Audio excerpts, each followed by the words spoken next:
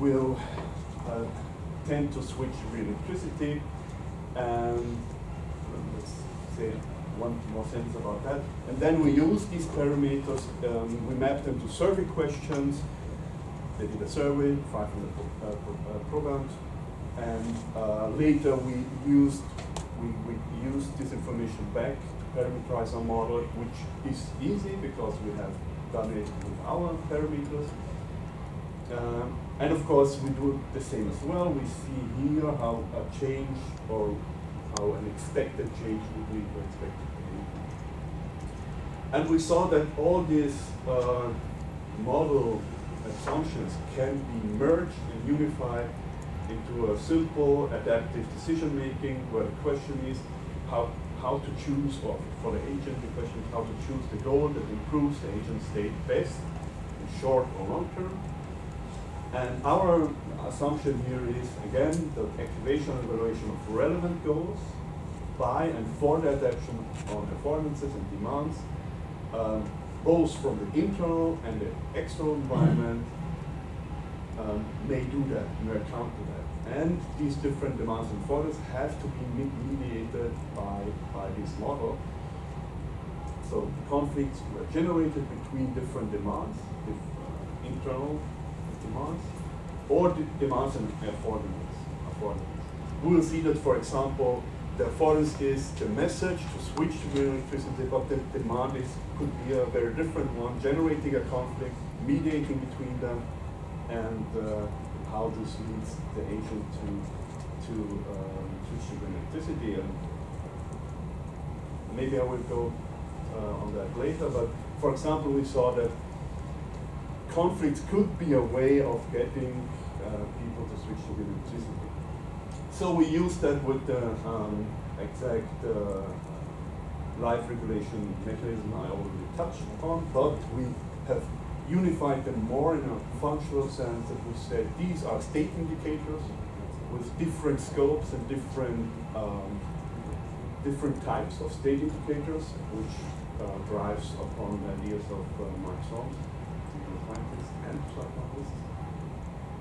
And we can briefly sketch this unified model as having the internal world, the external world. Yes, the memory is part of the internal world. And we say that data or memory can be activated by changes in the world, that start here, in the external world or in the body, which trigger activation. So activate possibly relevant data, which are similar to the data from the external world. And additionally, or activations from the internal world, meaning from drives, emotions,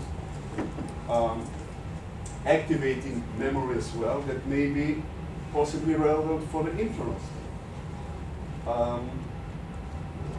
And these triggered activation may now lead to a spreading of actuation. This is the standard model from the 60s, 70s, which may lead to activate all different kinds of data that are also associated with each other. And here I have to say similarity, of course, here is physical similarity, here is variative similarity. For example, the drives activate data that satisfies similar needs. So a schnitzel could activate an apple, and the apple could activate a ball, because right, etc. So different kinds of similarity. And these activate memories, which are, as I've said, experiences and norms.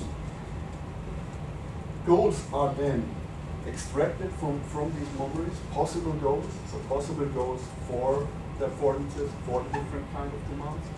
And they are evaluated regarding different scopes, regarding if they are activated from perception, then mostly a summary evaluation is used. So how this goal would lead to a change in total. Then we have the scope of the body and the scope of the norms. Again, how good or bad is this? And these different kinds of evaluations may get in conflict with each other. If the body could say this is good, norms say no, this is bad, conflict. We have mediation functions for that. And these mediation functions generate a conflict, and the confidence is used to say how confident am I about this relation.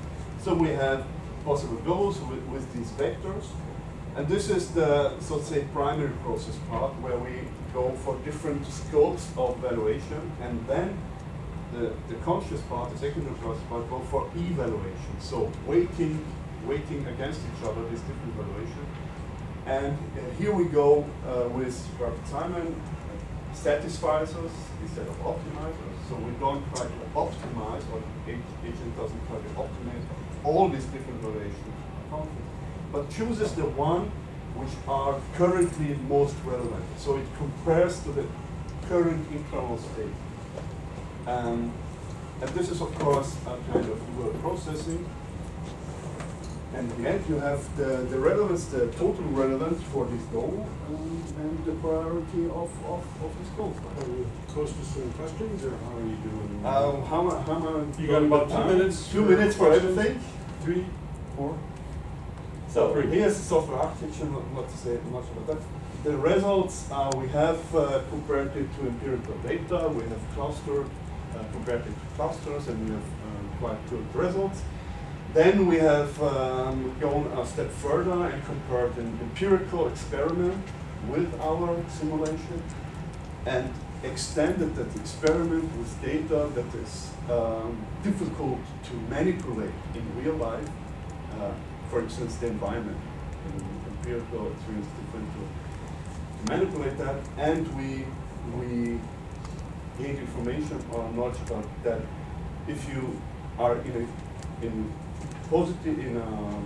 if you are in an environment with intact nature, or in an environment with bad or with not intact nature, then this makes a difference on your tendency.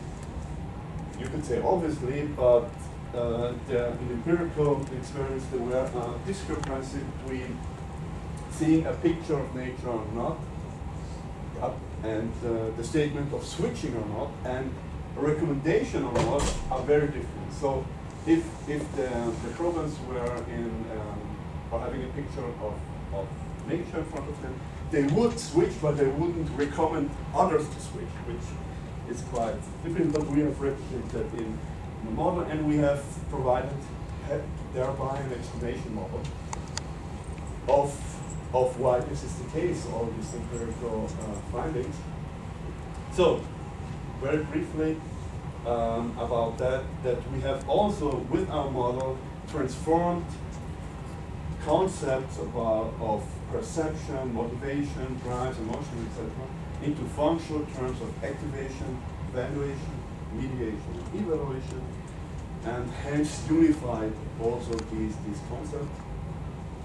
And we have, yeah. So you get to wrap it up. Any questions? 2 minutes. Any questions? Yes. Excuse me, is it Mr. Otala here? Yeah, that's good. Oh, that's good. Very good. To the question, I'd like to ask about the data. As my quick shot on the model would be like two optimal attributes. One is like protein stuff, and the other would be financial situation. So could you explain what the data is? Good variety of people, good data set on this data, and follow up if you could derive some explanation for the model. So here maybe I use this picture. This is the data model. So we aim for a general purpose model. So we don't just use a vector because you can't use the model then for other applications. We use a general purpose model. Here's data objects that you see. We have general valuation of unpleasure, displeasure, pleasure, confidence, etc. Then we have a representation of the goal, of things in the world, of and every instances of these are activation entity, and we describe how they are activated, how they are evaluated. The question was about the data set. If you had some statistics of people who switched from one to the other. We have, of course, yes, about the empirical data set. Yes, we have conducted a survey with 500 programs. Why don't you come on set up for the And And compared it, here we have clustered this data. And yes, I think if you take a look, Quick last look. quick last look, Yeah. the right bottom figure, Yeah. and we parameterize different agent types to these clusters. And the clusters are different types of people, have different reasons to switch to green electricity. And we parameterize different agent types according to these clusters, and that's how we gain the first crystal validation. So that's about the data set. There were, I think, 30 variables that we mapped, so it's not about only two. Just let me also say that a quarter after, we'll have a panel discussion of the speakers comparing and contrasting. So the next speaker, actually.